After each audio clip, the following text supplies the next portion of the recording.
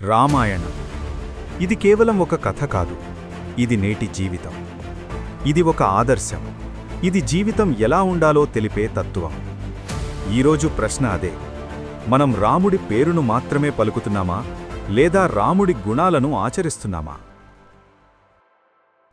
రాముడికి రాజ్యం లభించింది, సింహాసనం ఆయన కోసం ఎదురుచూస్తోంది. కాని ఆ ఒక్క మాట అన్నింటినీ మార్చింది.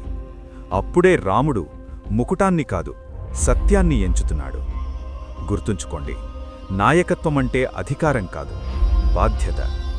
ఈరోజు మనం ఏదైనా వదిలిపెట్టాల్సి వస్తే ఫిర్యాదు చేస్తాం. రాముడు అన్నీ వదిలి కూడా ఒక్క క్షణం కూడా అసంతృప్తి వ్యక్తం చేయలేదు. సీత అడవికి వెళ్ళింది, బలహీనతతో కాదు, ధైర్యంతో. రామాయణం మనకు నేర్పేది ఇదే: స్త్రీని కాపాడటం మాత్రమే గౌరవం కాదు, ఆమె నిర్ణయాన్ని గౌరవించడమే నిజమైన ధర్మం. స్త్రీ స్వరం మణిచే సమాజంలో లంక నిలుస్తుంది.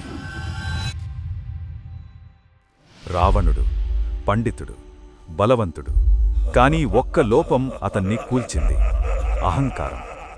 గుర్తుంచుకోండి, వినయం లేని జ్ఞానం, కరుణ లేని శక్తి చివరికి వినాశనానికే దారితీస్తాయి. ఈరోజు చాలామంది రావణులున్నారు. సరైనది తెలుసు, కానీ సరైనది చెయ్యరు. హనుమంతుడు ఒంటరివాడు కాదు, కానీ అతని వద్ద సైన్యం లేదు. అతని వద్ద ఉన్నది ఒక్కటే: విశ్వాసం. మనసులో రాముడుంటే సముద్రం కూడా దారిస్తుంది.